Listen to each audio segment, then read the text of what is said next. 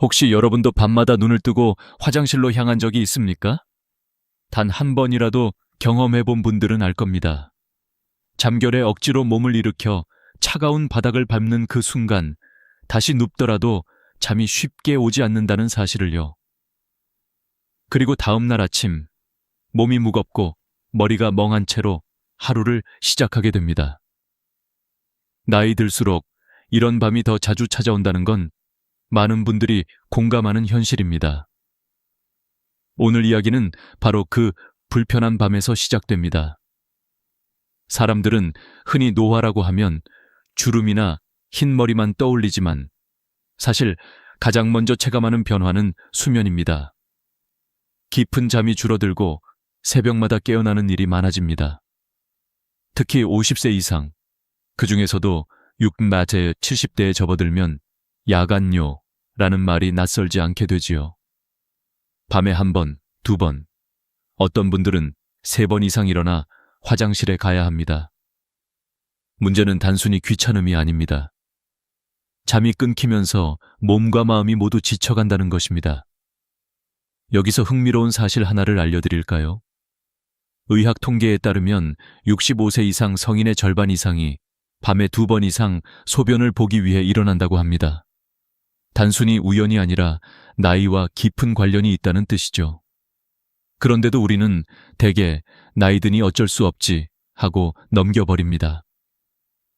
하지만 이렇게 방치하면 삶의 질은 물론 건강까지 크게 위협받을 수 있다는 점을 아시는 분은 많지 않습니다. 제가 직접 경험한 어느 어르신의 이야기를 들려드리고 싶습니다. 72세의 김모 선생님은 늘 활발하게 동네를 걷고 사람들과 어울리는 분이었는데 몇 년 전부터 밤마다 4-5번 화장실을 가면서 낮에는 늘 졸음과 피로에 시달리게 되었습니다. 결국 외출도 줄고 사람 만나는 것도 부담스러워졌습니다. 불면과 피로가 우울감으로 이어지자 표정까지 달라지더군요. 이런 사례는 결코 드물지 않습니다. 잠은 우리 몸의 회복 시간입니다. 뇌는 낮 동안 쌓인 정보를 정리하고 기억을 강화하며 면역계는 다시 충전됩니다. 그런데 야간요로 인해 수면이 여러 차례 깨지면 이런 회복 과정이 끊어집니다. 여러분도 경험하셨겠지만 2-3번만 깨도 아침에 전혀 상쾌하지 않지요. 낮 동안 집중력은 떨어지고 심장은 더 빨리 피곤해지고 면역력은 점점 약해집니다. 이쯤에서 잠시 생각해 보세요. 왜 우리는 나이가 들수록 이렇게 자주 깰까요? 단순히 물을 많이 마셔서 그런 걸까요? 아니면 신장에 문제가 있어서일까요? 여기에는 우리가 미처 몰랐던 몸의 깊은 변화가 숨어 있습니다. 그리고 바로 그 변화를 이해하는 것이 문제 해결의 첫걸음이 됩니다. 아직 이야기는 본격적으로 시작도 하지 않았습니다. 오늘 이 영상을 끝까지 보신다면 단순한 상식이 아니라 실질적인 해결의 실마리를 얻으실 수 있을 겁니다. 단지 귀찮음을 줄이는 차원이 아니라 남은 인생의 밤을 어떻게 보내야 할지에 대한 중요한 열쇠가 될 수 있습니다. 혹시라도 지금 에이, 그냥 참으면 되지 하고 계시다면 오늘 이야기를 들은 뒤에는 아마 생각이 달라지실 겁니다. 저는 지금부터 여러분께 단순히 의학적인 설명만 드리려는 게 아닙니다. 저 역시 어른들과 함께 살아오면서 직접 겪은 사례들, 수많은 분들의 경험담, 그리고 그 속에서 얻은 깨달음을 함께 나누고 싶습니다.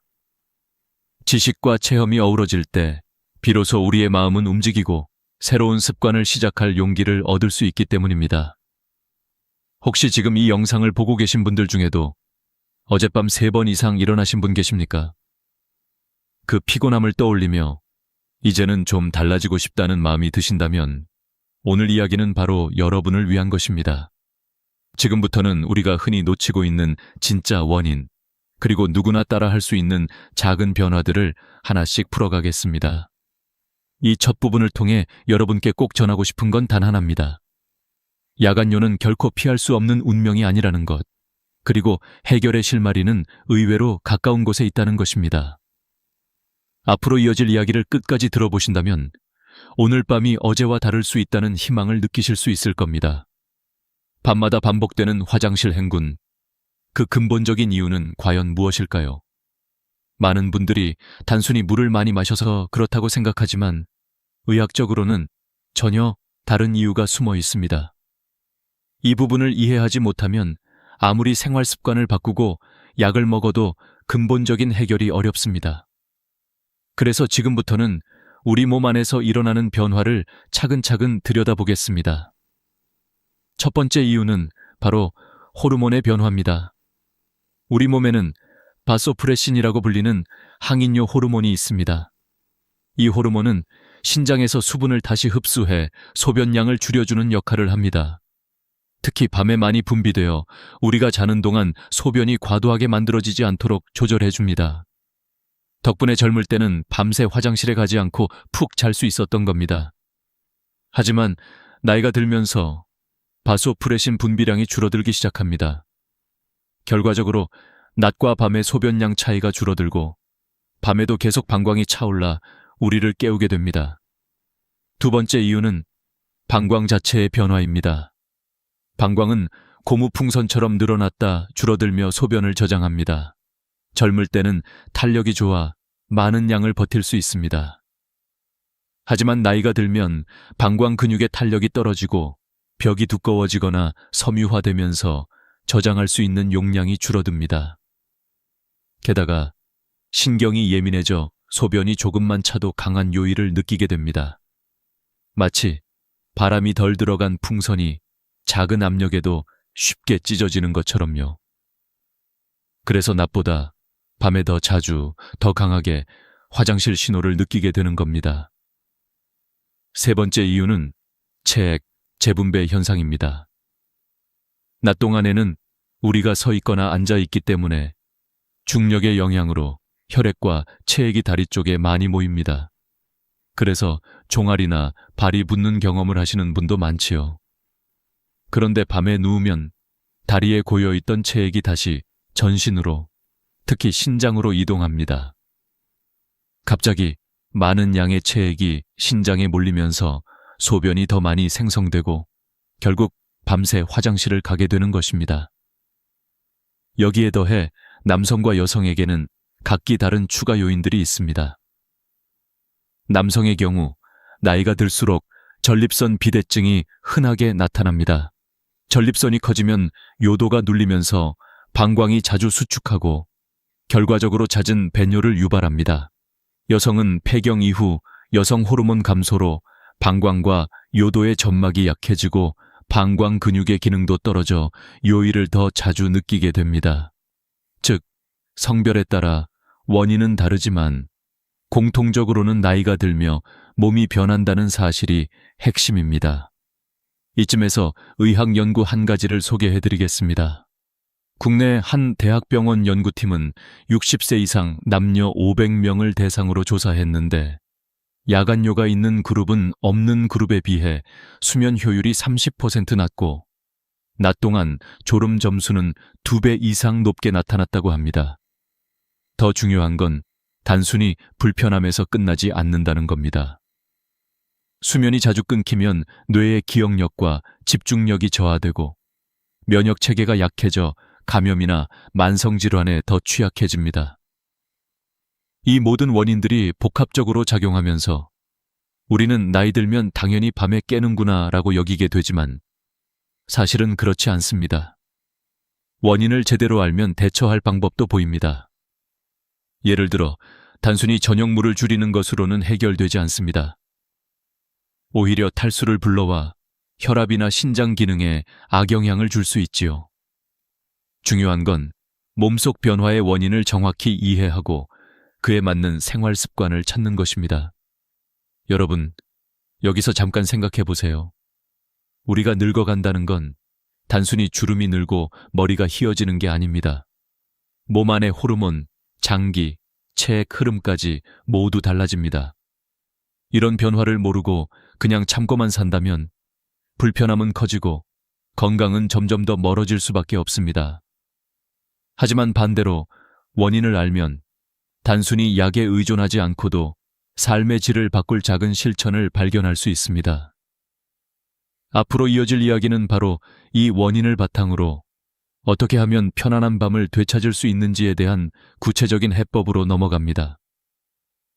여러분이 지금까지 몰랐던, 그러나 누구나 쉽게 실천할 수 있는 방법을 알게 된다면 오늘 이 시간이 결코 헛되지 않을 겁니다. 그리고 그 첫 번째 열쇠는 아마 여러분의 주방 어디엔가 이미 놓여 있을지도 모릅니다. 지금까지는 왜 밤마다 화장실을 자주 가게 되는지 몸속의 변화를 하나하나 살펴봤습니다. 그렇다면 이런 변화가 우리 삶에 어떤 결과를 가져오는지 진지하게 생각해 볼 차례입니다. 많은 분들이 좀 귀찮고 잠이 끊기니 불편하다 정도로만 여깁니다. 그러나 의학적으로 보면 야간뇨는 단순한 생활 불편을 넘어선 심각한 건강 위협 요소입니다. 첫째, 수면의 질이 무너집니다. 수면은 양보다 질이 더 중요합니다. 깊은 잠, 즉 렘 수면과 비렘 수면을 통해 뇌와 몸은 회복합니다. 그런데 밤에 두세 번, 심한 분은 네다섯 번 일어난다면 이 회복 주기가 완전히 끊어집니다. 잠들 때마다 얕은 수면에서 다시 시작해야 하니 뇌가 깊은 단계로 내려갈 기회를 잃습니다. 실제로 연구에 따르면 밤에 3번 이상 깨는 사람은 그렇지 않은 사람보다 기억력 검사 점수가 20% 낮았다고 합니다. 둘째, 낮 동안의 피로가 극심해집니다. 아침에 눈을 떴을 때 상쾌하지 않다는 느낌, 점심시간 이후 눈꺼풀이 무겁게 내려앉는 경험, 여러분도 해보셨을 겁니다. 수면이 중간에 끊기면 체내 에너지가 충분히 채워지지 않아 하루 종일 무기력해집니다. 나이가 들수록 체력 회복 속도가 느려지기 때문에 이 피로는 쉽게 쌓여 만성화됩니다.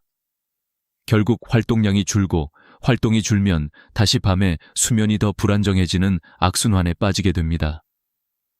셋째, 사고 위험이 커집니다. 야간뇨로 인해 어두운 밤에 여러 번 일어나면서 낙상 위험이 급격히 올라갑니다. 실제로 국내 노인병원 응급실 통계에 따르면 밤에 화장실을 가다 넘어져 다치는 비율이 전체 노인 낙상의 30% 이상을 차지한다고 합니다. 골반이나 대퇴골 골절은 회복이 어렵고 노인의 삶을 송두리째 바꿔놓을 수 있는 심각한 결과로 이어집니다. 한번 넘어져 수술을 받으면 그 후로는 걷는 것 자체가 두려워져 활동 방향이 크게 줄어듭니다.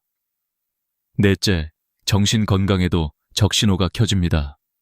잠이 부족하면 뇌의 신경 전달 물질 균형이 깨져 우울감과 불안을 더 쉽게 느끼게 됩니다. 실제로 우울증 환자의 절반 이상은 수면 장애를 동반한다고 알려져 있습니다. 반대로 야간뇨가 심한 분들도 우울감과 짜증, 무기력함을 호소하는 경우가 많습니다. 밤마다 제대로 자지 못하니 사는 게 힘들다라는 말, 생각보다 많은 어르신들이 하십니다. 다섯째, 장기적인 건강 악화로 이어집니다. 수면이 부족하면 면역력이 떨어져 감기에 잘 걸리고 고혈압, 당뇨, 심장질환 같은 만성질환의 위험도 높아집니다. 한 해외 연구에서는 야간뇨가 있는 고령자 그룹이 그렇지 않은 그룹보다 5년 내 심혈관 질환 발병률이 1.5배 높게 나타났습니다. 결국 밤마다 화장실 가는 것은 결코 사소한 문제가 아니라 전신 건강의 경고등일 수 있다는 겁니다. 저는 실제로 한 노부부를 인터뷰한 적이 있습니다. 남편은 전립선 문제로 밤마다 5번 이상 깼고 아내는 그때마다 함께 깨서 간호하느라 피곤했습니다. 결국 두 분 모두 낮에 늘 지쳐있고 대화도 줄고 생활 만족도가 크게 떨어졌습니다. 그분이 하신 말씀이 아직도 기억납니다. 우리가 함께 늙어가는데 잠을 잘 못 자니까 같이 웃는 시간이 줄어드는 게 가장 힘들다. 단순히 한 사람의 문제가 아니라 가족 전체의 행복에도 영향을 미친다는 점, 우리는 잊지 말아야 합니다. 이쯤 되면 질문이 생깁니다. 그렇다면 이런 심각한 문제를 어떻게 풀 수 있을까? 약을 먹으면 될까? 병원에만 의존해야 할까? 물론 의료적 도움도 필요하지만 우리가 스스로 바꿀 수 있는 습관과 선택이 있습니다. 바로 그 부분에서 의외의 열쇠가 등장합니다. 흔히 간식으로만 생각했던 한 과일이 사실은 우리의 밤을 되살려줄 수 있는 힘을 가지고 있습니다. 앞으로 이어질 이야기는 여러분께 조금 놀랍고 동시에 희망적인 전환점이 될 것입니다. 자, 이제 본격적인 해법의 문을 열 시간입니다. 지금까지는 왜 나이가 들수록 밤에 자주 깨는지, 그리고 그것이 얼마나 심각한 문제인지 살펴보았습니다. 그렇다면 여기서 중요한 질문은 이것입니다. 과연 이 불편을 줄이고 다시 숙면을 되찾을 수 있는 방법이 있을까? 의외로 답은 멀리 있지 않습니다. 바로 여러분의 부엌, 흔히 바구니 속에 들어있는 노란 과일, 바나나입니다. 바나나는 단순한 간식이 아닙니다. 사실 그 속에는 우리 몸이 편안하게 잠들 수 있도록 돕는 영양소들이 가득 담겨 있습니다. 첫 번째로 눈여겨볼 것은 칼륨과 마그네슘입니다. 칼륨은 세포의 전해질 균형을 유지해 근육과 신경의 흥분을 조절합니다. 마그네슘은 근육을 이완시키고 신경계를 안정시켜 자연의 진정제라고 불립니다. 방광 근육이 과도하게 긴장하면 소변을 충분히 저장하지 못해 조금만 차도 요일을 느끼게 되는데, 이 두 가지 미네랄은 그 긴장을 완화해 방광을 더 안정적으로 만들어줍니다. 실제로 일본의 한 연구에서는 마그네슘 섭취가 배뇨 횟수를 줄이고 수면 시간을 늘리는데 긍정적인 효과를 보였다고 보고했습니다. 둘째, 바나나는 소화에 큰 부담을 주지 않습니다. 밤에 수박이나 참외처럼 수분 많은 과일을 먹으면 소변이 늘어나기 쉽습니다. 하지만 바나나는 수분 함량이 적당하고 소화 흡수가 원활해 방광에 불필요한 부담을 주지 않습니다. 오히려 적당한 당분과 식이섬유가 몸의 에너지를 부드럽게 공급하며 안정감을 줍니다. 셋째, 바나나에는 트립토판이라는 아미노산이 풍부합니다. 이 성분은 우리 몸에서 세로토닌과 멜라토닌으로 전환됩니다. 세로토닌은 흔히 행복 호르몬이라고 불리며 기분을 안정시켜줍니다. 멜라토닌은 수면 호르몬으로 알려져 우리 몸의 생체 리듬을 조절하고 깊은 잠을 유도합니다. 나이가 들수록 바소프레신 호르몬이 줄어드는 문제를 바나나 속 트립토판이 간접적으로 보완해주는 셈입니다. 실제 임상시험에서도 바나나를 포함한 트립토판 풍부 식품을 섭취한 그룹이 그렇지 않은 그룹보다 수면 시간이 길고 중간에 깨는 횟수가 줄었다는 결과가 있습니다. 넷째, 심장과 신경계에도 도움을 줍니다. 바나나는 혈압을 조절하는 데 중요한 역할을 하며 심장의 박동을 안정시켜줍니다. 심장이 편안해야 숙면도 가능합니다. 더 나아가 스트레스 호르몬인 코르티솔 수치를 낮추는 데도 기여해 긴장된 마음을 풀어줍니다. 어르신들이 밤마다 느끼는 불안과 초조함을 달래는데 안성맞춤인 과일이라는 말이지요. 그렇다면 언제, 어떻게 먹어야 가장 효과적일까요? 바로 오후 5시에서 6시 사이가 황금 시간입니다. 이 시간대에 먹으면 소화와 흡수 과정을 거쳐 트립토판이 세로토닌과 멜라토닌으로 변환되는데 딱 맞는 시간이 주어집니다. 그래서 밤 9시 심시, 잠자리에 드는 시점에 멜라토닌 수치가 충분히 올라 깊은 잠을 유도할 수 있습니다. 만약 너무 늦게 먹으면 소화가 끝나지 않아 위에 부담을 주거나 혈당이 갑자기 올라 오히려 숙면을 방해할 수 있습니다. 섭취량은 중간 크기의 잘 익은 바나나 1개 정도가 적당합니다. 덜 익은 바나나는 떫은 맛을 내는 탄닌 성분과 소화하기 어려운 저항성 전분이 많아 위장에 부담을 줄 수 있습니다. 반면 잘 익은 바나나는 당분과 영양소가 활성화되어 흡수가 잘 되지요.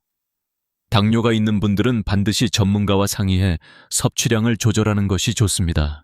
또 하나의 팁은 바나나를 단독으로 섭취하는 것입니다. 우유와 함께 먹는 습관이 있는 분들이 많지만 일부 연구에서는 칼슘이 트립토판 흡수를 방해할 수 있다고 보고했습니다. 게다가 어떤 분들에게는 소화 불량이나 더부룩함을 유발할 수도 있습니다. 대신 아몬드 같은 견과류를 소량 곁들이는 건 좋은 방법입니다. 아몬드 역시 마그네슘과 트립토판이 풍부해 바나나와 시너지 효과를 내 숙면을 돕습니다. 이쯤에서 한 어르신의 실제 경험을 소개하고 싶습니다. 68세의 이 모 여사님은 밤마다 3번 이상 화장실을 가면서 깊은 잠을 거의 자지 못했습니다. 그러다 우연히 TV 건강 프로그램에서 바나나의 효능을 접하고 저녁마다 1개씩 섭취하기 시작했습니다. 처음 일주일은 큰 차이가 없었지만 2주차부터는 밤에 1번 정도만 깨는 변화가 생겼습니다. 무엇보다 아침에 눈을 떴을 때 상쾌함을 느낀 게 가장 놀라웠다고 합니다. 지금은 주변 친구들에게도 저녁 바나나를 적극 권하고 계십니다. 여러분, 바나나는 단순히 달고 맛있는 과일이 아니라 몸의 복잡한 생리작용을 부드럽게 조율해주는 자연의 선물입니다. 그러나 중요한 건 꾸준함입니다.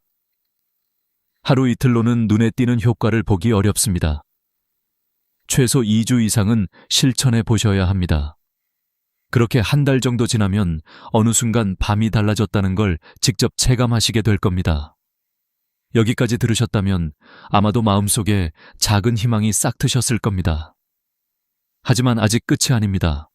바나나라는 열쇠를 제대로 활용하려면 생활 속의 몇 가지 습관까지 함께 바꿔야 진정한 효과를 볼 수 있습니다. 이제 이어질 이야기는 실제 경험담과 생활 습관 조절을 통해 더욱 현실적인 해답을 드리게 될 것입니다. 이제 우리는 바나나의 과학적 효능을 살펴보았습니다.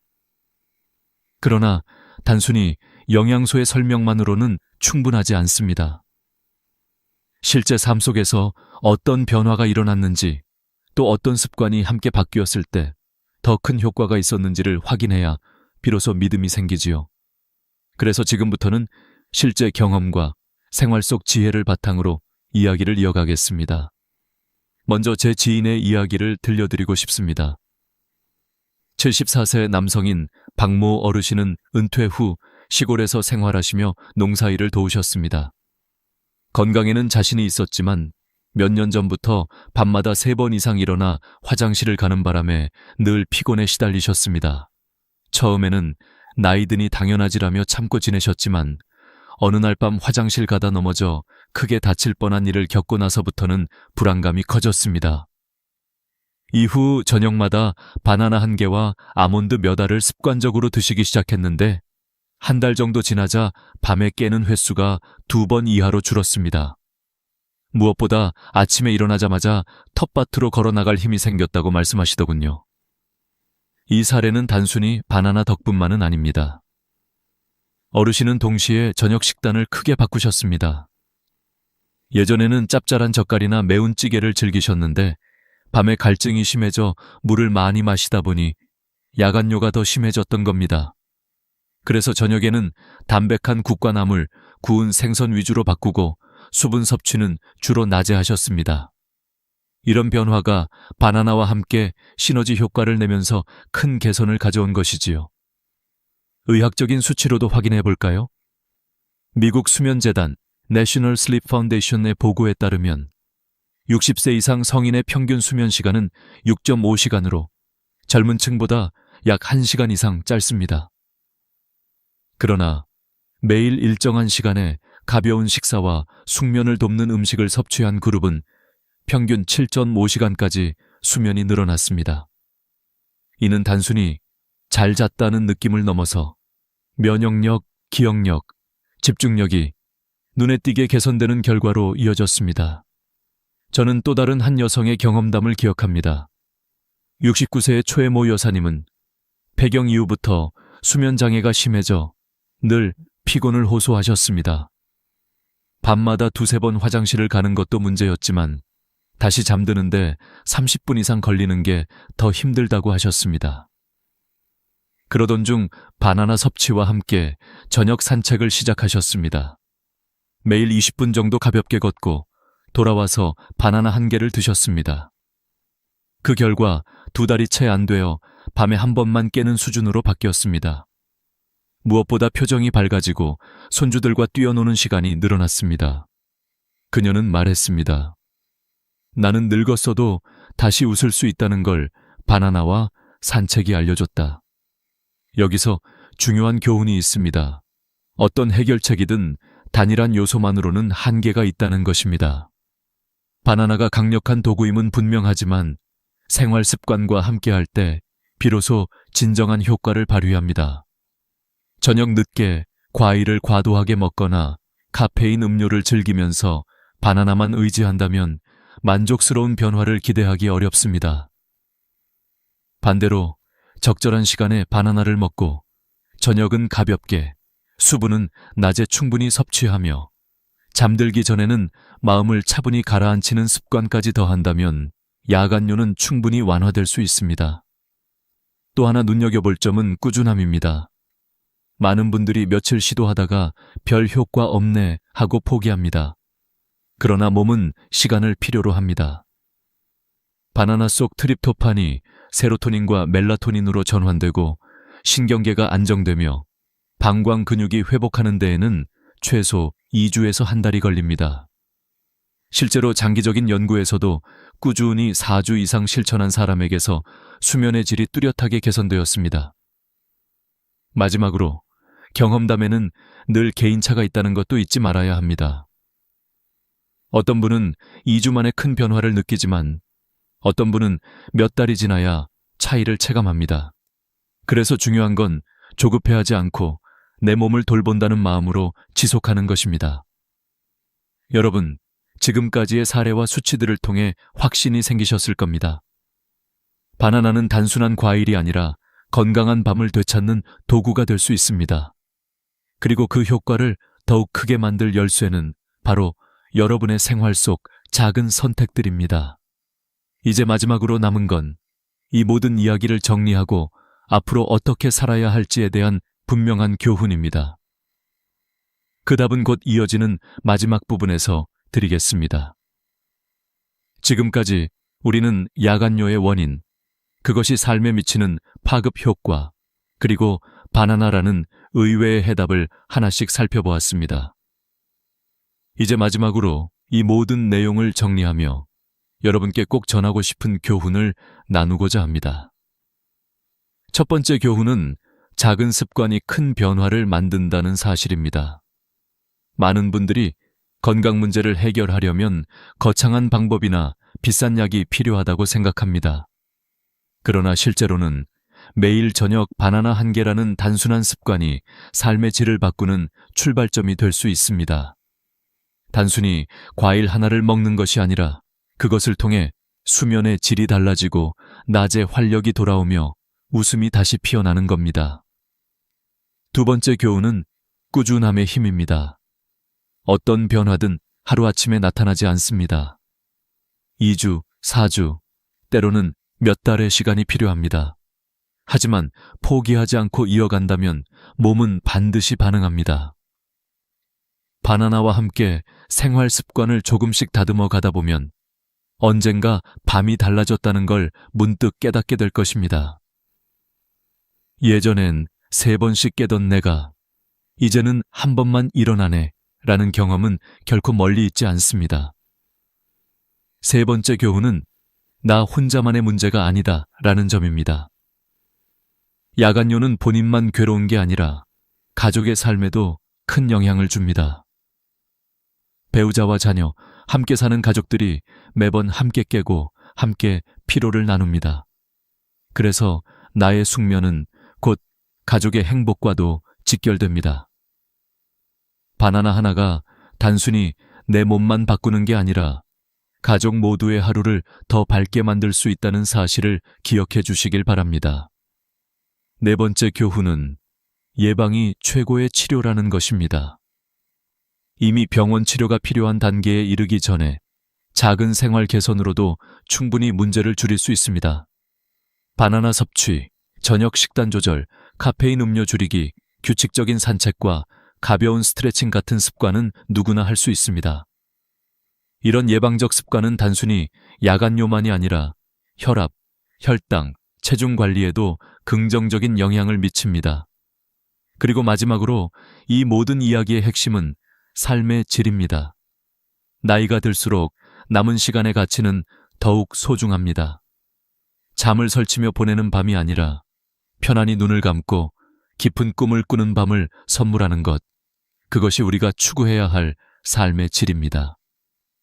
아침에 상쾌하게 눈을 뜨고 가족과 웃으며 하루를 시작하는 그 순간이야말로 진정한 행복 아닐까요?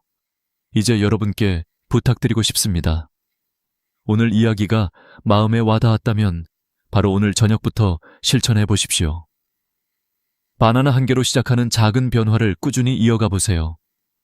그리고 그 변화를 체감하게 되면 주저하지 말고 주변 어르신, 가족, 친구들과도 나누어 주십시오. 함께 건강한 정보를 나눌 때 우리 모두의 삶은 더욱 풍요로워집니다. 여러분, 오늘 밤은 어제와 다를 수 있습니다. 작은 선택이 내일을 바꾸고 내일의 삶이 다시 웃음을 되찾게 합니다. 저는 여러분이 더 이상 밤마다 화장실 걱정에 시달리지 않고 건강하고 활력 넘치는 아침을 맞이하시기를 진심으로 바랍니다. 60세의 선택, 그것은 단순한 은퇴냐 아니면 새로운 출발이냐 하는 갈림길이었습니다.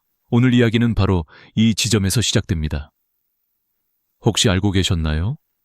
60대에도 계속 일을 하면 치매 위험이 무려 35% 낮아지고 우울증은 절반 이하로 줄어든다는 사실을요. 이 수치만 들어도 귀가 솔깃해지지 않으신가요? 사람들은 흔히 60세를 인생의 마침표처럼 생각합니다. 젊었을 때 고생했으니 이제는 누려야 한다. 이제는 쉬어야 한다. 이런 말이 너무도 자연스럽게 오고 갑니다. 하지만 그 결정이 과연 행복한 노후로 이어질까요? 바로 여기서 이야기는 극적으로 갈라집니다. 서울 송파구에 사는 한 남성은 대기업에서 35년간 일하다가 정년퇴직을 맞았습니다. 그는 퇴직금을 받아두었고 연금도 어느 정도 있었기에 이제는 골프도 치고 여행도 다니며 여유롭게 살리라 다짐했습니다. 반대로 경기도 안양의 한 여성은 간호사로 일하다가 명예퇴직을 하고 잠시 쉬었지만 뭔가 허전하다는 마음에 다시 파트타임으로 일을 시작했습니다. 두 사람 모두 비슷한 나이, 비슷한 조건에서 출발했지만 5년 후의 모습은 완전히 달라졌습니다. 처음엔 은퇴한 분이 훨씬 더 행복해 보였습니다.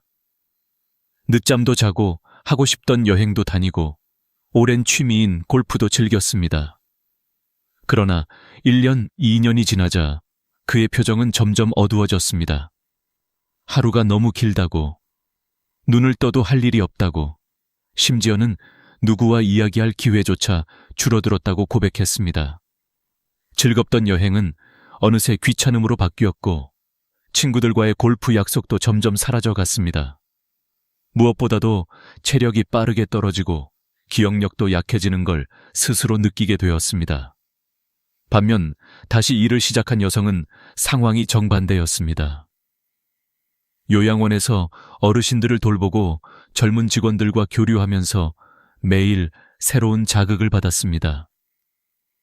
아침에 일어날 이유가 생기니 하루가 바쁘고 총실했고 몸은 피곤할 때도 있었지만 그 피곤함은 활력으로 바뀌었습니다.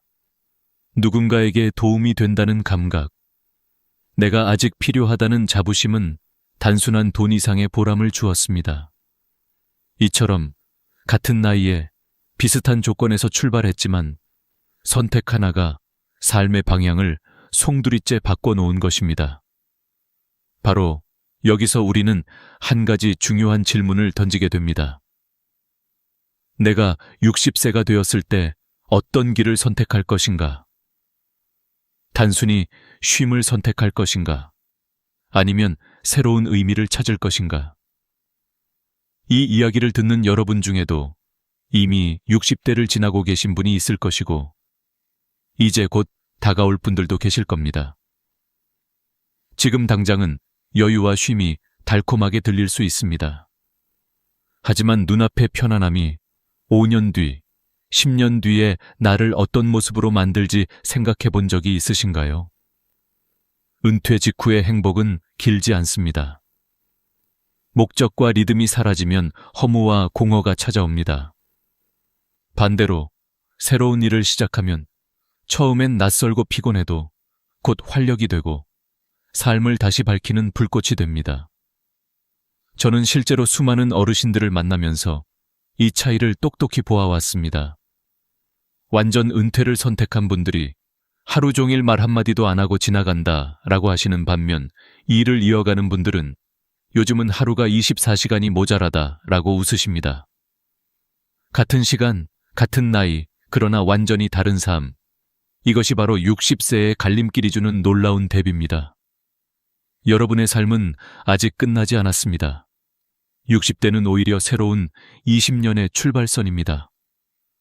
평균 수명이 80세를 넘어선 지금, 이 20년을 어떻게 보낼지가 바로 내 행복과 건강을 좌우합니다. 그래서 오늘 이야기는 단순히 일을 하라, 쉬어라의 문제가 아닙니다. 어떻게 나답게 살 것인가, 어떻게 의미 있게 이어갈 것인가 라는 훨씬 더 본질적인 질문입니다. 지금 이 순간 여러분께서도 아마 스스로에게 묻게 되실 겁니다. 나는 과연 어떤 선택을 하고 싶을까? 만약 여전히 답을 내리지 못했다면 이 영상을 끝까지 보시길 권합니다. 실제 사례와 과학적 근거, 그리고 앞서간 이들의 경험을 통해 분명히 알게 되실 겁니다. 어떤 길이 내게 더 건강하고 더 행복한 삶을 가져다 줄지 말입니다. 그리고 여기서 잠시 멈추어 다시 한번 묻고 싶습니다. 만약 오늘 당신의 선택이 10년 후 건강과 행복을 결정한다면 지금 무엇을 선택하시겠습니까? 이 질문이 바로 우리 이야기를 시작하는 열쇠입니다. 5년이라는 시간은 길지 않은 것 같지만 은퇴 후 삶에서는 결정적인 변화를 만들어냅니다. 같은 조건에서 출발한 사람들이 단지 다른 선택을 했다는 이유만으로 완전히 다른 길을 걷게 된다는 사실은 우리 모두에게 깊은 울림을 줍니다. 여기서 저는 실제로 만난 분들의 이야기를 들려드리려 합니다. 이야기를 따라가다 보면 아마도 여러분 자신이나 주변 사람들의 모습과 겹쳐 보일지도 모릅니다. 서울 송파구의 이철수 씨, 그는 대기업에서 35년을 근무하고 60세에 정년 퇴직을 맞았습니다. 젊은 시절에는 늘 바쁘게 달렸고 언제나 피곤했습니다.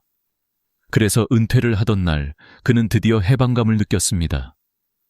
아내와 함께 여행도 다니고 배우지 못했던 골프도 시작했습니다. 처음 1년 동안은 행복 그 자체였습니다. 하지만 그 행복은 오래가지 않았습니다. 시간이 갈수록 그의 표정은 어두워졌고 하루가 끝없이 길다고 느끼기 시작했습니다. 아침에 일어나도 할 일이 없으니 늦게까지 침대에 누워있고 텔레비전 앞에 앉아 시간을 보냈습니다. 그렇게 하루가 반복되자 어느 순간부터는 내가 왜 사는 걸까? 라는 생각이 들었다고 합니다. 이와는 달리 경기도 안양의 박미숙 씨는 다른 선택을 했습니다. 간호사로 30년을 일하고 명예퇴직을 한 후 2년 정도 쉬었습니다. 하지만 마음 한편이 공허했습니다. 그래서 그녀는 요양원에서 파트타임 일을 시작했습니다. 처음에는 단순히 용돈벌이로 생각했지만 시간이 지나면서 그 일은 그녀의 삶을 완전히 바꾸어 놓았습니다. 어르신들과 대화하며 얻는 따뜻한 교감, 젊은 동료들과 나누는 웃음, 그리고 매일 아침 일어나야 하는 이유. 그 모든 것이 삶에 활력을 불어넣었습니다. 부산에 사는 정모 어르신은 평생을 중소기업 사장으로 바쁘게 살다가 63세에 사업을 정리했습니다. 도시를 떠나 전남 순천으로 내려가 조용한 시골 생활을 시작했습니다. 텃밭을 가꾸고 자연 속에서 살면서 여유를 만끽했습니다. 그러나 시간이 흐르자 그는 사람을 만날 기회가 줄어들었고 하루 종일 말 한마디도 하지 않는 날이 많아졌습니다. 택배기사가 유일한 대화 상대가 될 정도였다고 고백했습니다. 처음엔 웃으며 말했지만 그 웃음에는 쓸쓸함이 묻어 있었습니다. 반대로 대전의 김영순 씨는 전업주부로 평생을 살다가 62세에 제과제빵을 배우기 시작했습니다. 그리고 작은 빵집에서 아르바이트를 하게 되었습니다. 처음으로 내 이름으로 월급을 받아봤다라며 얼마나 행복한지 말했습니다. 빵집 문을 열고 단골 손님들이 안녕하세요 라고 인사할 때 그녀는 진정으로 자신이 필요한 사람이라는 느낌을 받았습니다. 그 순간은 평생 가족을 위해서만 살던 그녀에게 커다란 의미였습니다. 이 네 사람의 공통점은 무엇일까요? 바로 경제적으로도 건강 상태로도 비슷한 조건에서 출발했다는 것입니다. 그러나 단지 다른 선택으로 인해 그들의 삶은 극적으로 갈라졌습니다. 5년이 지난 지금 완전한 은퇴를 택한 사람은 점점 무기력해졌고 반대로 일을 이어간 사람은 활력을 찾았습니다. 삶의 리듬은 달라졌고 건강과 정신 상태는 크게 차이가 났습니다. 이쯤에서 우리는 반드시 물어야 합니다. 왜 이렇게 다른 결과가 나타난 걸까요? 단순히 성격 차이일까요? 아니면 운명일까요? 아닙니다. 그 차이는 바로 일상 속에서 어떤 선택을 했는가에서 비롯된 것입니다. 하루를 어떻게 보낼 것인지, 무엇을 목표로 삼을 것인지, 누구와 어울릴 것인지, 이런 작은 결정들이 쌓이고 쌓여 결국 5년, 10년 후에 큰 차이를 만들어내는 것입니다. 저는 이 사례들을 직접 보면서 느낀 점이 있습니다. 쉬면 좋겠다라는 생각은 단기적으로는 맞습니다. 그러나 장기적으로 보면 그것이 오히려 삶을 무너뜨릴 수도 있다는 것입니다. 반대로 조금이라도 일을 이어가야겠다라는 마음은 처음엔 힘들어 보여도 결국 삶을 더 빛나게 만들었습니다. 우리가 흔히 생각하는 은퇴의 이미지, 즉 여행과 여가, 자유와 쉼은 오래가지 못합니다. 목적 없는 자유는 곧 공허함으로 변합니다. 반대로 일을 이어간 사람들은 건강에도 놀라운 변화를 겪었습니다. 생활 리듬이 규칙적으로 유지되니 체력도 좋아졌고 뇌를 꾸준히 사용하다 보니 기억력과 집중력도 향상되었습니다. 무엇보다도 내가 아직도 사회에 필요한 사람이다 라는 자존감이 그들의 눈빛을 바꾸었습니다. 활기찬 웃음, 바쁜 하루를 즐기는 표정, 그리고 의미 있는 삶을 살고 있다는 만족감. 그것은 돈으로 살 수 없는 보물이었습니다. 여러분은 지금 어떤 선택을 준비하고 계십니까? 은퇴 후의 삶을 생각할 때 단순히 쉼만을 꿈꾸고 있지는 않습니까? 아니면 새로운 일을 통해 활력을 얻을 준비를 하고 계십니까? 이 질문은 단순한 선택이 아니라 앞으로 남은 20년을 결정하는 중요한 열쇠입니다. 다음 이야기에서는 왜 과학적으로도 이런 차이가 나타나는지 그 근거를 구체적으로 살펴보겠습니다. 왜 어떤 사람은 은퇴 후 활력이 넘치고 또 어떤 사람은 급격히 무기력해질까요? 그 차이는 단순한 기분 탓이 아니라 과학적으로도 증명된 사실입니다. 실제로 서울대학교 의과대학에서 진행한 연구 결과에 따르면 60세 이후에도 어떤 형태로든 일을 이어간 노인들은 그렇지 않은 노인들보다 신체적, 정신적 건강이 훨씬 더 뛰어났습니다. 수치로 보면 더 놀라운데 일을 계속한 그룹은 근감소증 발생률이 40% 낮았고 치매 위험은 35% 감소했으며 우울증 발생률은 절반 이하였습니다. 이건 단순한 통계가 아니라 삶을 지탱하는 핵심 근거입니다. 첫 번째 이유는 삶의 리듬과 목적의식입니다. 인간은 본래 일정한 주기 속에서 안정감을 느끼도록 만들어져 있습니다. 아침에 일어나 하루를 시작하고 작은 목표를 세우고 그것을 달성하며 저녁에 하루를 정리하는 과정은 단순한 습관이 아니라 뇌와 몸이 건강하게 돌아가는 메커니즘입니다. 그런데 은퇴 후 모든 일정이 사라지면 이 리듬이 깨집니다. 처음에는 자유롭다고 느끼지만 곧 허무감과 무기력이 찾아옵니다. 반대로 일을 계속하면 비록 바쁘고 피곤할지라도 아침에 일어날 이유가 생깁니다. 만날 사람, 해결할 과제, 달성할 목표가 존재한다는 사실만으로 삶은 활력을 얻습니다. 두 번째 이유는 뇌의 자극입니다. 뇌과학 연구에서는 뇌는 사용하지 않으면 퇴화한다 라는 원칙이 반복해서 확인됩니다. 일을 한다는 것은 곧 뇌를 끊임없이 사용하는 것입니다. 문제 해결, 대화, 새로운 기술 습득, all of this는 뇌세포를 자극하여 신경망을 강화합니다. 예를 들어 앞서 말했던 박미숙 씨는 요양원에서 새로운 의료기기를 배우고 다양한 성격의 어르신들과 소통하며 젊은 동료들의 문화까지 이해하게 되었습니다. 이 모든 것이 뇌에게는 신선한 자극이었고 덕분에 기억력과 판단력이 오히려 더 날카로워졌습니다. 반면 은퇴 후 아무런 자극 없이 반복되는 생활에 갇힌 사람은 기억력 저하와 집중력 감소를 피하기 어렵습니다. 세 번째 이유는 사회적 연결입니다. 인간은 본래 사회적 존재입니다. 누군가와 연결되어 있다는 감각은 정신 건강의 핵심입니다. 하지만 은퇴 후 일을 완전히 그만두면 만나는 사람이 급격히 줄어듭니다. 가족을 제외하면 대화 상대가 거의 없어지고 외로움과 고립이 찾아옵니다. 이 고립은 우울증의 가장 큰 원인 중 하나입니다.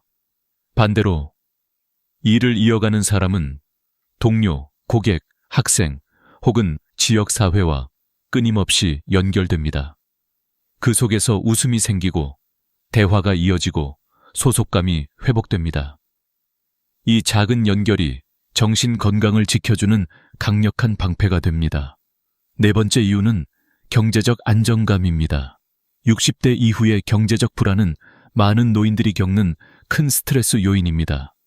연금만으로는 생활비가 부족하거나 예기치 못한 의료비가 발생할 수 있습니다. 그런데 한 달에 50만 원이든 100만 원이든 꾸준한 소득이 있으면 마음이 훨씬 안정됩니다. 단순히 돈 때문만이 아니라 자녀에게 경제적으로 의존하지 않아도 된다는 자존감이 생깁니다. 게다가 지금의 추가 소득은 70대나 80대, 정말 일을 할 수 없게 되었을 때의 대비가 됩니다. 경제적 완충 장치가 있다는 것만으로도 노후는 훨씬 더 여유롭고 안정적으로 바뀝니다. 이 네 가지 이유는 서로 연결되어 있습니다. 경제적 안정감이 있으면 마음이 편안해지고, 편안한 마음은 사회적 관계를 즐길 수 있게 하며, 그 과정에서 뇌는 자극을 받고 규칙적인 일상이 유지되니 건강이 강화됩니다. 반대로 이 네 가지가 모두 무너지면 악순환이 시작됩니다. 경제적 불안이 우울감을 키우고 사회적 고립이 뇌의 기능을 떨어뜨리며 무기력한 생활이 건강을 약화시키는 것입니다. 저는 실제로 이 과정을 수많은 사례에서 목격했습니다. 어떤 분은 은퇴 후 이제야 진짜 자유다 라고 말했지만 3년이 지나자 하루가 너무 길고 외롭다 라고 토로했습니다. 또 다른 분은 은퇴 후 작은 일을 시작하면서 처음엔 힘들었는데 지금은 덕분에 더 건강해졌다 라고 웃으셨습니다. 같은 5년, 같은 나이, 그러나 과학적으로 설명 가능한 다른 결과. 여기서 우리는 중요한 교훈을 얻습니다. 은퇴는 단순히 일을 그만두는 사건이 아니라 삶의 리듬, 뇌의 건강, 사회적 관계, 경제적 안정이라는 네 가지 축을 유지할 것인가, 무너뜨릴 것인가를 결정하는 분기점이라는 것입니다. 선택은 분명합니다. 쉬고만 있으면 이 네 가지가 모두 무너지고 적절히 일을 이어가면 네 가지가 모두 강화됩니다. 이제 여러분에게 묻겠습니다. 만약 당신의 뇌 건강, 체력, 인간관계, 그리고 경제적 안정이 모두 연결된 문제라면 어떤 선택을 하시겠습니까? 단순히 돈을 벌기 위해서가 아니라 스스로를 지키기 위해서라도 지금 바로 작은 일을 이어가는 것이 필요하지 않을까요? 다음 이야기에서는 단순한 과학적 이유를 넘어서 왜 일이 단순한 노동이 아니라 삶의 의미를 다시 세우는 힘인지 깊이 탐구해 보겠습니다. 일이라는 것은 단순히 돈을 벌기 위한 수단이 아닙니다. 특히 60세 이후의 삶에서 일은 존재 그 자체의 의미를 새롭게 정의합니다. 왜냐하면 사람은 누구나 나는 여전히 필요하다라는 감각이 있어야만 건강한 정신을 유지할 수 있기 때문입니다. 우리는 어린 시절부터 학교와 직장이라는 공동체 속에서 목표와 역할을 가지고 살아왔습니다. 그런데 은퇴와 함께 이 모든 역할이 사라지면 마치 인생에서 자신의 자리가 사라진 것 같은 공허함이 찾아옵니다. 그렇다면 일을 계속한다는 것은 단순히 경제 활동을 하는 것이 아니라 나라는 존재의 가치를 다시 확인하는 과정입니다. 실제로 저는 요양원에서 일하는 한 60대 여성을 만난 적이 있습니다. 그녀는 명예퇴직 후 처음에는 편안함을 즐겼지만 곧 마음이 허전했다고 말했습니다. 그런데 다시 일을 시작하면서 삶이 완전히 달라졌습니다. 어르신들에게 필요한 존재가 되고 젊은 직원들과 소통하며 세대 간 교류를 경험하니 매일이 활력이 되었습니다. 그녀는 누군가에게 도움이 된다는 것이 이렇게 큰 행복인지 몰랐다라고 말했습니다. 이것이 바로 일의 진짜 의미입니다. 또 다른 예로 빵집에서 아르바이트를 하는 한 60대 여성은 손님들이 오늘도 맛있어요 라고 말할 때마다 큰 보람을 느낀다고 했습니다. 평생 가족을 위해 살았던 그녀에게 처음으로 내가 직접 사회와 연결되어 있다는 경험은 눈부신 깨달음이었습니다. 그녀의 눈빛은 이전보다 훨씬 더 밝아졌고 스스로를 존중하는 마음도 강해졌습니다. 단순한 시급 이상의 의미, 바로 존재의 가치를 재발견한 것입니다. 이런 사례는 어디에나 있습니다. 누군가는 소규모 카페에서 일하며 하루를 의미 있게 채우고 누군가는 지역 도서관에서 아이들에게 책을 읽어주며 즐거움을 얻습니다. 어떤 이는 재능을 살려 그림을 가르치고 또 다른 이는 온라인에서 자신의 노하우를 공유하며 사람들과 연결됩니다. 중요한 건 내가 여전히 누군가에게 필요하다라는 감각입니다. 이것이 사람을 살아있게 합니다. 그리고 여기서 또 하나 중요한 점은 사회적 연결입니다. 사람은 혼자 있을 때보다 연결될 때 훨씬 더 건강합니다. 친구나 동료와의 대화, 고객과의 인사, 이 모든 사소한 순간이 외로움을 막고 우울증을 예방합니다. 실제로 하버드 대학의 장기 연구에 따르면 노년기의 행복을 결정하는 가장 중요한 요소는 돈도 명예도 아닌 좋은 인간관계였습니다.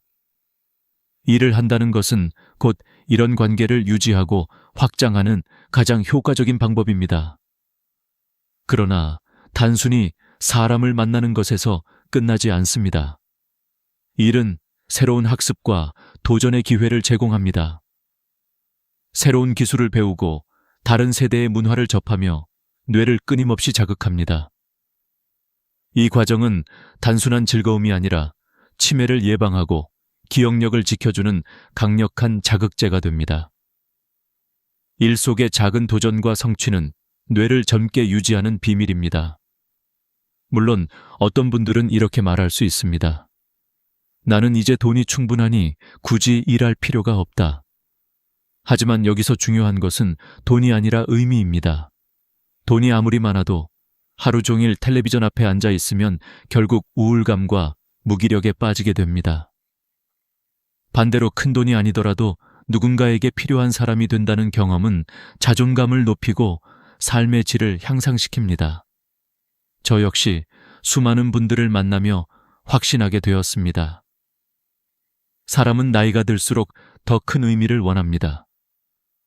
단순히 생존이 아니라 존재의 가치와 역할을 찾고 싶어 합니다. 그렇기 때문에 일을 이어간다는 것은 단순히 바쁘게 지내는 것이 아니라 인생 후반부에 자신만의 목적을 새롭게 쓰는 것입니다. 여러분은 지금 어떤 의미를 찾고 계십니까? 단순히 편안한 쉼일까요? 아니면 새로운 도전일까요? 쉼도 필요합니다. 그러나 쉼만으로는 의미가 채워지지 않습니다. 작은 일이든 새로운 역할이든 그것이 삶을 다시 빛나게 합니다. 결국 중요한 것은 스스로를 존중하고 사회와 연결되며 의미 있는 하루를 살아가는 것입니다. 돈보다도 지위보다도 이 감각이 노후의 행복을 결정합니다. 그렇다면 이제 질문을 바꿔보겠습니다. 나는 앞으로 어떤 일을 통해 나만의 의미를 만들 것인가? 이 질문에 대한 답을 찾는 순간 60세 이후의 삶은 전혀 다른 빛깔로 바뀔 것입니다. 다음 이야기는 실제로 어떤 일을 선택하면 좋을지, 그리고 현실적으로 가능한 길은 무엇인지 구체적인 예시와 함께 살펴보겠습니다. 지금까지 우리는 왜 60대 이후에도 일을 이어가는 것이 삶의 질을 높이는지 살펴보았습니다. 그렇다면 구체적으로 어떤 일을 선택할 수 있을까요? 여기서 중요한 것은 젊었을 때처럼 풀타임으로 치열하게 일하라는 뜻이 절대 아니라는 점입니다. 자신의 체력과 상황에 맞는 적절한 수준의 일을 찾아내는 것이 핵심입니다. 저는 실제로 여러 현장에서 만난 분들의 사례를 통해 그 길을 보여드리고자 합니다. 먼저 교사 출신이었던 한 분은 은퇴 후 지역 문화센터에서 평생교육 강사로 활동을 시작했습니다. 주 2회 강의를 하면서 자신이 쌓아온 지식과 경험을 전하는데 단순한 강의료보다도 누군가에게 여전히 배우고 싶어 하는 사람이 있다라는 사실이 큰 만족감을 주었습니다. 그의 눈빛은 여전히 교단에 설 때와 같은 생기로 가득했습니다. 또 다른 분은 요리를 좋아해서 작은 반찬 가게를 열었습니다. 큰 돈을 벌지는 못했지만 매일 정성껏 만든 음식을 손님에게 건네며 받는 맛있어요 라는 한마디가 삶의 원동력이 되었습니다. 경제적 수익보다 더 값진 것은 바로 사람들과 연결되는 그 순간의 행복이었습니다. 손재주가 있는 분들은 공예품을 만들어 온라인으로 판매하기도 합니다. 요즘은 플랫폼이 잘 발달되어 있어 손쉽게 시작할 수 있습니다. 어떤 분은 뜨개질을 취미로 즐기다가 온라인 쇼핑몰을 열었는데 지금은 전국에서 주문이 들어옵니다. 그는 내 취미가 누군가에게 기쁨을 줄 수 있다니 놀랍다 라고 말했습니다. 또 요즘 주목받는 영역 중 하나는 바로 유튜브와 블로그 같은 온라인 콘텐츠 제작입니다. 60대 이후에도 자신의 경험과 지혜를 나누며 수익을 창출하는 사람들이 늘어나고 있습니다. 예를 들어 대구의 한 목수 출신 어르신은 은퇴 후 DIY 목공 유튜브 채널을 운영하기 시작했습니다.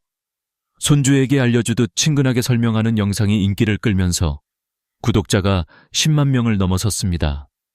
광고 수익도 생겼지만 무엇보다 자신이 평생 쌓아온 기술이 여전히 사람들에게 도움이 된다는 사실이 큰 자부심을 주었습니다. 반려동물을 좋아하는 분은 펫시팅 서비스를 시작했습니다. 강아지를 산책시키고 돌보며 집에서만 지내던 시간을 사회와 연결되는 기회로 바꾸었습니다. 이 일은 체력적으로 큰 부담이 없으면서도 사회적 교류와 경제적 보람을 동시에 줍니다. 여러분도 생각해 보십시오. 꼭 돈이 되는 일이 아니더라도 내가 좋아하는 것, 내가 잘하는 것을 활용할 수 있다면 그것이 바로 새로운 기회가 될 수 있습니다. 중요한 것은 내가 의미를 느낄 수 있는 일이어야 한다는 점입니다. 그리고 현실적인 팁을 드리자면 처음부터 큰 계획을 세울 필요는 없습니다. 하루 4시간, 주 3일 정도만 시작해 보십시오. 몸이 힘들지 않으면서도 삶의 리듬을 만들 수 있는 수준입니다. 이 원칙을 지키면 피로는 최소화하면서 활력은 극대화할 수 있습니다. 실제로 많은 분들이 이 방식으로 일하며 예전보다 더 건강해졌다라고 말했습니다. 또 하나 중요한 것은 가족의 지지입니다. 자녀들이 이제 좀 쉬세요라고 말할 수 있습니다. 그러나 그럴 때는 돈 때문이 아니라 건강 때문이야. 의사도 활동이 치매 예방에 좋다고 했어 라고 설명해 보십시오. 가족들이 부모님의 선택을 이해하고 응원해 주는 것만으로도 큰 힘이 됩니다. 정부와 사회의 지원 제도도 적극 활용할 수 있습니다. 고용노동부의 신중년 경력형 일자리 사업은 전문성을 가진 분들에게 맞춤형 일자리를 제공합니다. 각 지방자치단체에서도 시니어 클럽이나 노인 일자리 센터를 통해 다양한 프로그램을 운영하고 있습니다. 창업을 원하는 분들은 신중년 창업지원센터에서 교육부터 자금까지 도움을 받을 수 있습니다. 온라인 구인구직 사이트에서도 60세 이상 전용 채용 정보가 많아졌습니다. 기회를 찾으려는 의지만 있다면 선택지는 생각보다 훨씬 넓습니다. 결국 중요한 것은 마음가짐입니다. 일은 돈벌이가 아니라 새로운 시작의 도구입니다. 내가 즐길 수 있고 내가 의미를 느낄 수 있으며 나를 성장시키는 활동이라면 그 자체가 보석 같은 노후의 자산이 됩니다. 자, 이제 여러분께 질문합니다. 만약 내일 당장 하루 4시간, 주 3일 할 수 있는 일이 주어진다면 여러분은 어떤 일을 선택하시겠습니까? 작은 대답이 큰 변화를 만듭니다. 다음 이야기에서는 이 모든 여정을 마무리하며 우리가 꼭 기억해야 할 마지막 교훈을 함께 나누겠습니다. 이제 마지막으로 우리는 지금까지의 이야기를 정리하고 여러분의 삶에 직접적으로 적용할 수 있는 교훈을 나누려 합니다. 다시 한번 강조하고 싶은 것은 60대는 결코 끝이 아니라 새로운 시작이라는 점입니다. 평균 수명이 80세를 넘어선 시대에 60대는 여전히 20년 이상이 남아있는 인생의 황금기입니다. 그러나 그 20년이 활력과 의미로 채워질지 아니면 외로움과 무기력으로 흐를지는 지금의 선택에 달려 있습니다. 저는 실제로 수많은 은퇴자들을 만나면서 뚜렷한 패턴을 보았습니다. 완전히 쉼을 택한 분들은 처음에는 행복해 보였지만 시간이 지날수록 점점 무너졌습니다. 체력은 빠르게 떨어지고 대화 상대가 줄어들며 기억력도 예전 같지 않았습니다. 반대로 작은 일이라도 이어간 분들은 활기가 넘쳤습니다. 하루를 시작할 이유가 있었고 누군가와 연결되어 있었으며 자신이 여전히 가치 있는 존재라는 확신이 있었습니다. 결국 이 두 길은 5년, 10년이 지나면서 엄청난 차이를 만들었습니다. 과학도 이를 뒷받침합니다. 이를 이어간 사람들은 근육 감소율이 낮았고 치매 위험도 줄었으며 우울증에 걸릴 확률도 절반 이하였습니다. 단순히 체력과 정신 건강뿐만 아니라 경제적 안정감과 사회적 관계까지 지켜낼 수 있었습니다. 삶의 리듬을 유지하고 뇌를 끊임없이 자극하며 사람들과 관계를 맺고 적절한 수입까지 확보하는 것, 이것이 바로 일의 4가지 선물입니다. 물론 모든 사람이 똑같은 길을 갈 필요는 없습니다. 어떤 이는 더 이상 몸이 따라주지 않을 수도 있고 어떤 이는 평생 고생했으니 이제는 쉬고 싶을 수도 있습니다. 중요한 것은 쉼조차도 준비가 필요하다는 사실입니다. 단순히 텔레비전 앞에서 시간을 흘려보내는 것이 아니라 독서 모임에 참여하거나 봉사활동을 하거나 취미활동을 이어가며 삶의 의미를 채워야 합니다. 쉼을 택한다면 그것이 의미 있는 쉼이 되어야만 합니다. 이제 여러분께 3가지 질문을 드리고 싶습니다. 첫째, 여러분은 지금 어떤 선택을 준비하고 계십니까? 둘째, 5년 후 자신을 어떤 모습으로 상상하고 계십니까? 셋째, 오늘부터 당장 시작할 수 있는 작은 변화는 무엇일까요? 이 질문은 단순한 사색이 아니라 남은 인생을 바꾸는 열쇠가 될 수 있습니다. 저는 오늘의 이야기를 통해 분명히 말씀드리고 싶습니다. 60대의 선택이 70대와 80대의 삶의 질을 결정합니다. 건강, 뇌 기능, 인간관계, 경제적 여유, 이 4가지 지표는 결코 우연이 아닙니다. 작은 결심과 행동이 쌓여 5년 후의 나를 전혀 다른 사람으로 만들 수 있습니다. 여러분, 두려워하지 마십시오. 60대는 결코 늦지 않았습니다. 오히려 지금이야말로 인생의 2번째 전성기를 열 수 있는 최고의 시점입니다. 돈이 목적이 아닙니다. 의미와 보람, 그리고 스스로의 존재 가치를 확인하는 것이 목적입니다. 작은 일이든 새로운 도전이든 그것이 여러분의 삶을 다시 빛나게 할 것입니다. 오늘의 이야기가 여러분의 마음에 작은 불씨가 되기를 바랍니다. 혹시 아직도 망설이고 계신다면 이번 주에 단 한 가지라도 시도해 보십시오. 하루 4시간, 주 3일의 원칙으로 내가 좋아하는 일 하나를 찾아 시작해 보십시오.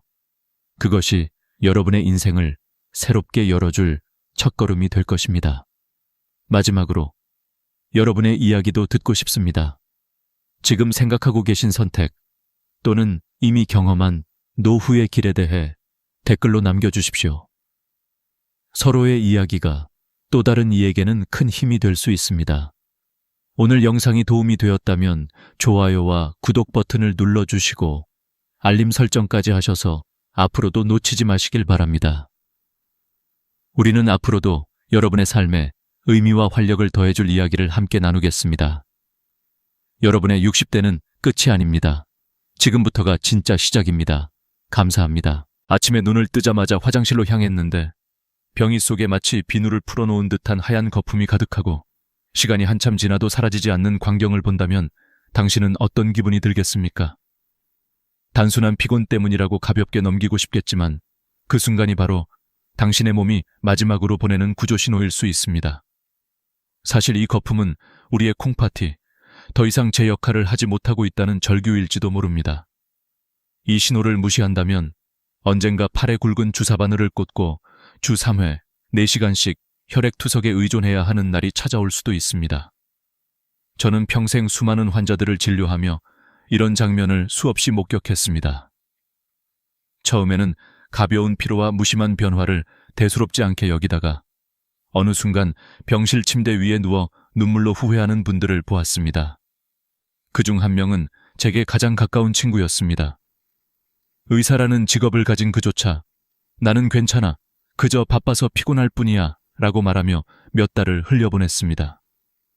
그러나 그가 응급실에 실려왔을 때는 이미 온몸이 붓고 숨조차 제대로 쉬지 못하는 상태였습니다. 검사 결과 양쪽 콩팥이 거의 기능을 잃은 말기 심부전이었습니다. 투석 침대에 누워있던 그는 제 손을 꼭 잡고 이렇게 말했습니다. 내가 그때 내 말을 들었더라면 단순한 거품이라 생각했던 게 내 인생을 이렇게 무너뜨릴 줄 몰랐다. 그 순간 저는 아무 말도 할 수 없었고 그저 함께 울 수밖에 없었습니다. 시청자 여러분, 이 이야기가 먼 나라의 비극처럼 들리십니까? 아닙니다.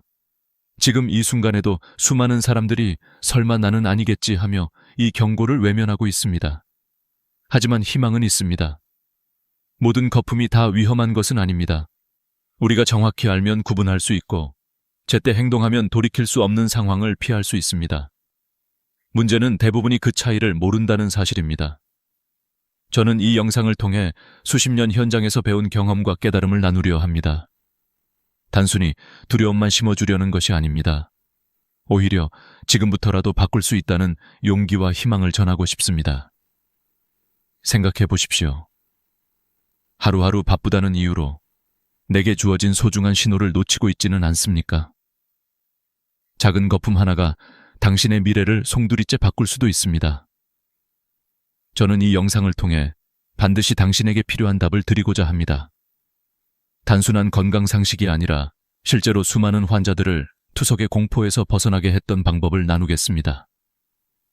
이제 당신의 선택은 단순합니다. 그 거품을 외면하고 계속 같은 삶을 살아갈 것인지, 아니면 오늘 이 순간부터 귀를 기울여 자신의 건강을 지킬 것인지. 이 이야기는 단순히 의학 정보가 아닙니다. 바로 당신의 인생을 바꾸는 시작이 될 수 있습니다.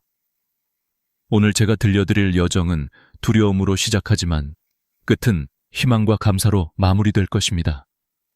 그 길 위에서 당신은 스스로를 지키는 힘을 얻게 될 것이고 더 나아가 사랑하는 가족과 함께 웃을 수 있는 날들을 되찾게 될 것입니다. 아침에 일어나 처음 보는 소변은 콩팥의 상태를 가장 정확히 드러냅니다. 밤새 몸속에서 걸러진 노폐물이 응축되어 있기 때문입니다. 그런데 많은 사람들이 병이 속의 거품을 보고도 대수롭지 않게 여기고 물을 내려버립니다. 바로 이 순간이 가장 중요한 단서인데도 말이지요. 저는 환자들에게 늘 강조합니다. 물을 내리지 말고 단 10분만 기다려 보십시오. 이 단순한 습관이 당신의 인생을 바꿀 수도 있습니다. 방법은 간단합니다. 아침 첫 소변을 본 뒤 물을 내리지 않고 다른 일을 하십시오. 양치나 세수를 하고 10분 뒤 다시 변기를 들여다보는 겁니다. 만약 거품이 대부분 사라지고 물 위가 고요하다면 그것은 착한 거품입니다. 소변 줄기의 힘 때문에 생긴 일시적인 상어품일 뿐이죠. 그러나 10분이 지나도 마치 비누를 풀어놓은 듯 가장자리에 잔잔하게 남아있는 거품이 있다면 그것은 결코 무시해서는 안 될 위험한 거품입니다. 이 거품은 단백질이 소변으로 빠져나가면서 생기는 죽은 거품입니다. 우리의 콩팥은 원래 정수기 필터처럼 수백만 개의 미세한 거름망으로 이루어져 있어 단백질과 혈구 같은 중요한 성분은 잡아두고 노폐물만 배출합니다. 그런데 고혈압이나 당뇨 같은 질환이 이 거름망을 찢어 놓으면 마치 구멍난 스타킹처럼 단백질이 빠져나옵니다. 바로 그 단백질이 소변의 표면 장력을 바꾸어 잘 사라지지 않는 거품을 만드는 것입니다. 저는 이때 반드시 사진을 찍어두라고 권합니다. 환자 스스로 휴대폰으로 남긴 기록은 무엇보다 강력한 증거가 되기 때문입니다. 의사를 만나 이런 거품이 제 소변에 생겼습니다. 정밀 검사를 받고 싶습니다. 라고 자신 있게 요구할 수 있습니다. 실제로 많은 환자들이 사진 하나로 조기 진단을 받았고 돌이킬 수 없는 길목에서 멈출 수 있었습니다. 이 테스트의 가치는 단순히 거품의 유무를 확인하는 데 그치지 않습니다. 자신을 살펴보는 습관, 작은 신호를 놓치지 않는 태도를 길러줍니다. 우리 몸은 늘 말을 걸고 있지만 바쁘다는 이유로 우리는 듣지 못합니다. 그러나 단 10분만 시간을 내어 귀 기울인다면 평생의 고통을 막을 수 있습니다. 한 중년 남성 환자가 떠오릅니다. 그는 아침마다 이 테스트를 하며 변화를 기록했습니다. 어느 날 거품이 사라지지 않는 것을 발견하고 바로 병원을 찾았습니다. 검사 결과 초기 신부전이었지만 다행히 생활습관 교정과 약물 치료로 진행을 늦출 수 있었습니다. 그는 말했습니다. 그 작은 10분이 제 생명을 살렸습니다. 이제 질문을 드리겠습니다. 당신은 내일 아침 10분을 투자할 용의가 있습니까? 단순히 물을 내리지 않고 기다리는 것, 그것이 당신의 미래를 지키는 첫걸음이 될 수 있습니다. 이처럼 단순한 방법이지만 실천하는 사람과 그렇지 않은 사람의 인생은 전혀 다른 길을 걷게 됩니다. 거품은 단순한 거품이 아닙니다. 그것은 콩팥이 보내는 편지이고 우리가 응답해야 할 메시지입니다. 내일 아침 병이 속을 바라보며 스스로에게 물어보십시오. 이 거품은 나를 살리려는 신호일까? 아니면 무심코 흘려버릴 또 하나의 흔적일까? 그 대답이 당신의 선택에 달려 있습니다. 콩팥이 무너져가는 길은 조용히 그러나 무섭게 진행됩니다. 대부분의 사람들은 30% 이상 기능이 손상될 때까지 아무런 증상을 느끼지 못합니다. 그래서 콩팥을 침묵의 장기라 부릅니다. 겉으로는 멀쩡해 보여도 속에서는 이미 서서히 내리막길을 구르고 있는 것이지요. 저의 스승이자 한국 신장학의 대가였던 한 교수님은 늘 이렇게 말씀하셨습니다. 콩팥은 브레이크가 고장난 자동차와 같다. 경고등이 켜지기 전까지는 운전자가 아무것도 모른다. 그러나 일단 단백뇨가 시작되면 이미 자동차는 내리막길에 접어든 것이다. 그 말씀이 지금도 생생히 기억납니다. 초기에는 약물과 생활습관 교정으로 겨우 핸들을 붙잡을 수 있습니다. 하지만 관리를 소홀히 하면 중기로 넘어가면서 자동차의 속도는 점점 빨라집니다. 이때부터는 몸이 붓고 밤마다 쥐가 나고 호흡이 가빠지며 삶의 질이 급격히 무너집니다. 그리고 말기 단계에 이르면 자동차는 절벽 아래로 추락하듯 돌이킬 수 없는 상태에 빠집니다. 구역질로 밥을 삼키지 못하고 입에서는 소변 냄새가 나며 결국 투석이나 이식 없이는 생명을 유지할 수 없게 됩니다. 이 과정은 단순히 의학적 설명이 아니라 제가 직접 진료실에서 마주한 수많은 환자들의 삶입니다. 50대 후반의 한 여성 환자는 고혈압을 수년간 방치하다가 단백뇨가 발견되었습니다. 하지만 본인은 별다른 증상이 없다고 생각하며 관리에 소홀했습니다. 불과 2년 만에 그녀는 말기 신부전으로 투석을 시작했습니다. 그녀는 저에게 이렇게 고백했습니다. 교수님, 몸이 보내는 작은 신호를 그때 무시한 게 제 인생의 가장 큰 실수였습니다. 숫자로도 그 현실은 냉혹합니다. 우리나라에서 성인 7명 중 1명은 만성 콩팥병을 가지고 있고 그중 상당수는 자신이 병이 있다는 사실조차 모릅니다. 그리고 말기 신부전 환자의 주요 사망 원인은 단순한 콩팥병이 아니라 그것이 불러온 심장마비와 뇌졸중 같은 합병증입니다. 콩팥은 단지 소변을 만드는 기관이 아니라 혈압과 혈액의 균형을 잡아주는 핵심 기관이기 때문입니다. 저는 이 장면에서 늘 환자들에게 묻습니다. 당신의 자동차는 지금 어디쯤 내려가고 있습니까? 아직 브레이크를 붙잡을 수 있는 구간일 수도 있고 이미 속도가 붙어 위험한 상황일 수도 있습니다. 중요한 것은 지금 이 순간 내가 어디쯤 있는지를 아는 것입니다.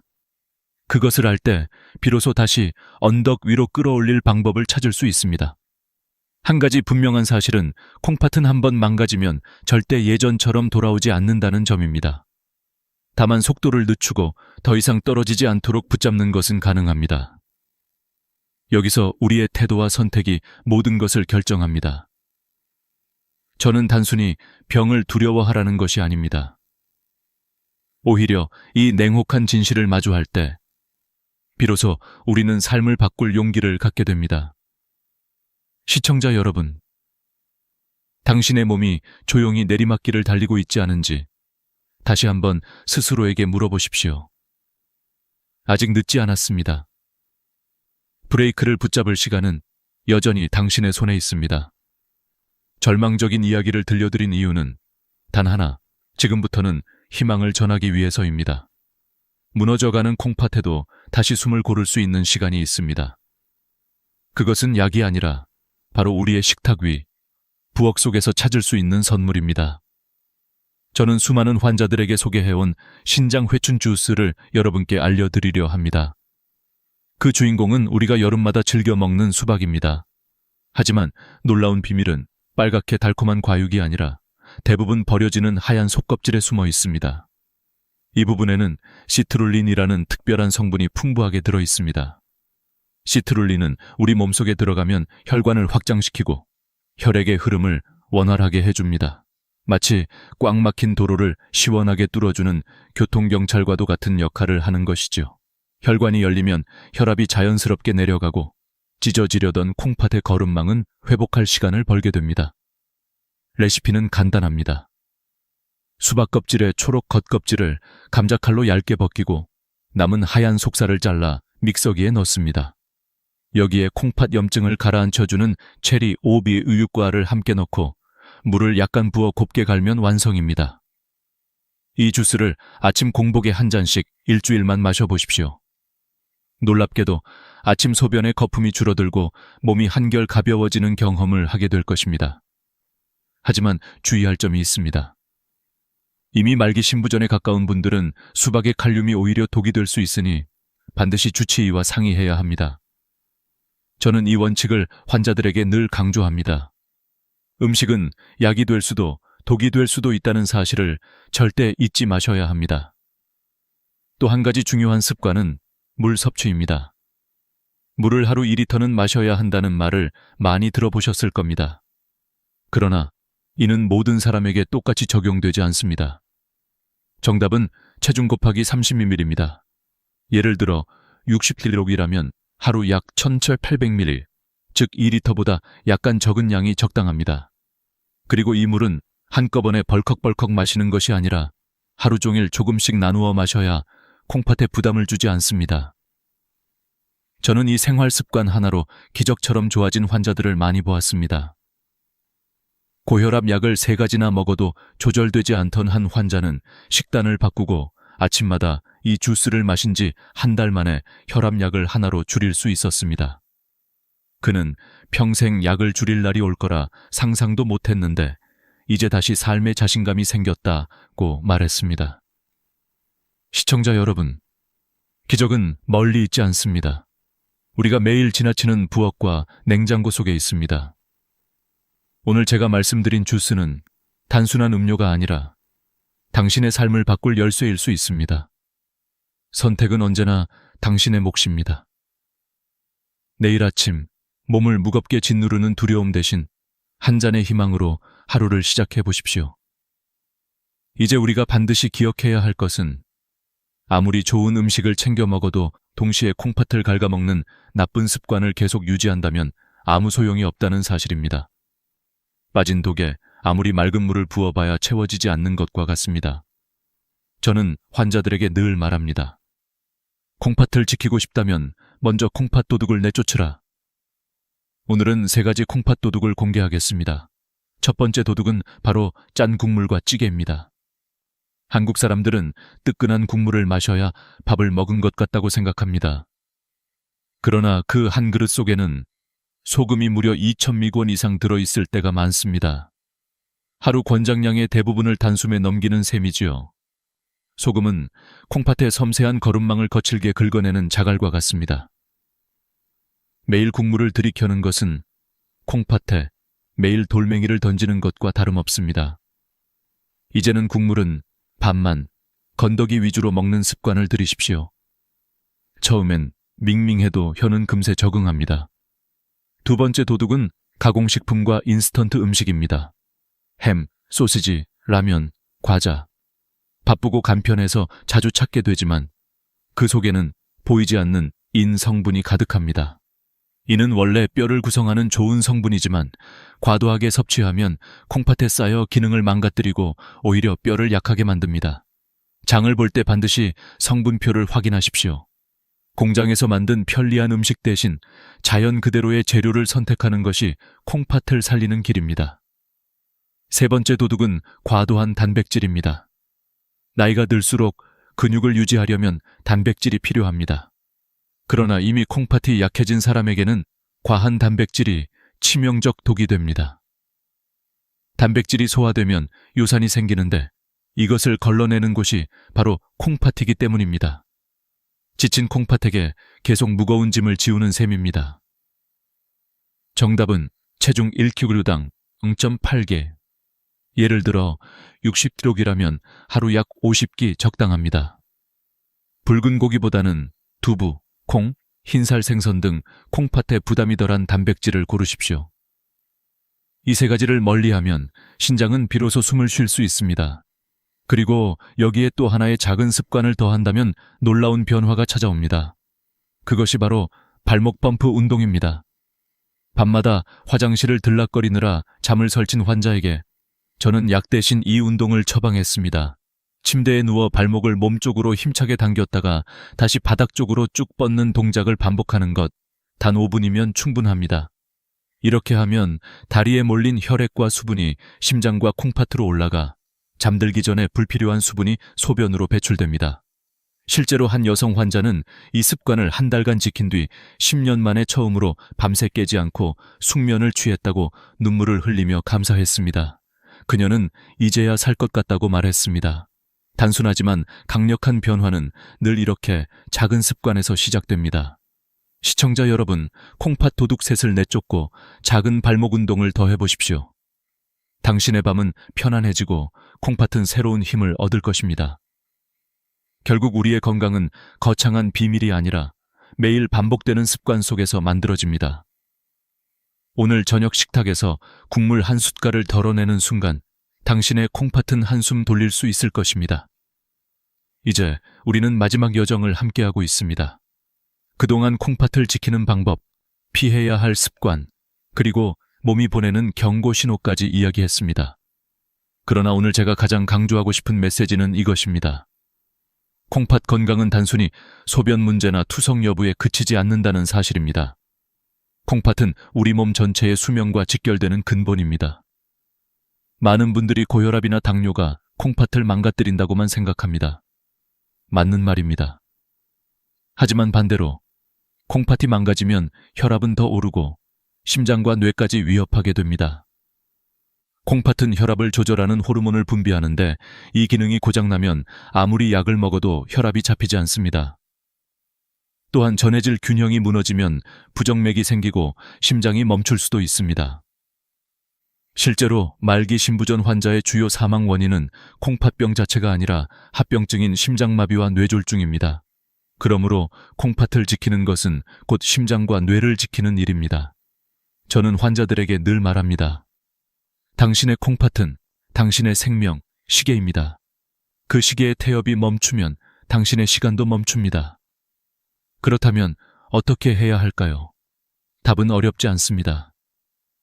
우리가 이미 이야기한 식단과 습관을 7일간만 실천해 보십시오. 국물 대신 건더기, 가공식품 대신 자연식, 과도한 단백질 대신 균형 잡힌 단백질, 그리고 매일 아침 수박 껍질, 주스 한 잔. 여기에 발목 펌프 운동을 더하면 일주일 후 당신은 몸의 변화를 스스로 느끼게 될 것입니다. 아침 소변에 거품이 줄고 붓기가 빠지고 밤이 편안해질 것입니다. 작은 변화지만 분명한 증거입니다. 그리고 마지막으로 저는 한 가지 비밀을 더 말씀드리고 싶습니다. 그것은 바로 마음가짐입니다. 저는 수많은 환자들을 보며 깨달았습니다. 아무리 좋은 약과 음식을 섭취해도 마음이 불안과 원망으로 가득 차 있으면 병은 쉽게 낫지 않습니다. 반대로 감사와 희망으로 하루를 시작하는 분들은 회복이 훨씬 빠릅니다. 감사하는 마음은 스트레스 호르몬을 줄이고 면역력을 높이는 가장 강력한 치유의 스위치입니다. 그러니 내일 아침 소변을 볼 때 두려움 대신 이렇게 말해 보십시오. 밤새 내 몸을 지켜줘서 고맙다, 내 콩팥아. 그리고 식탁에 앉아 밥을 먹기 전에 잠시 눈을 감고 감사하십시오. 이 작은 습관이 당신이 먹는 한 끼를 진짜 보약으로 바꿔줄 것입니다. 시청자 여러분, 이제 선택은 당신의 몫입니다. 오늘도 무심히 지나칠 것입니까? 아니면 지금부터 행동할 것입니까? 당신의 건강은 병원이 아닌 당신의 부엌에서, 당신의 손끝에서 시작됩니다. 이 영상이 마음에 울림을 주었다면 좋아요와 구독을 눌러주십시오. 그리고 당신이 사랑하는 가족과 친구들에게 꼭 공유해 주십시오. 마지막으로 댓글에 이렇게 다짐해 주십시오. 오늘부터 내 콩팥을 지키겠습니다. 그 약속 하나하나가 모여 더 건강한 사회를 만드는 힘이 될 것입니다. 저는 언제나 이 자리에서 여러분이 투석 없이 스스로의 힘으로 건강하게 살아가시기를 응원하겠습니다. 지금까지 여러분의 평생 주치의 이소연이었습니다. 감사합니다.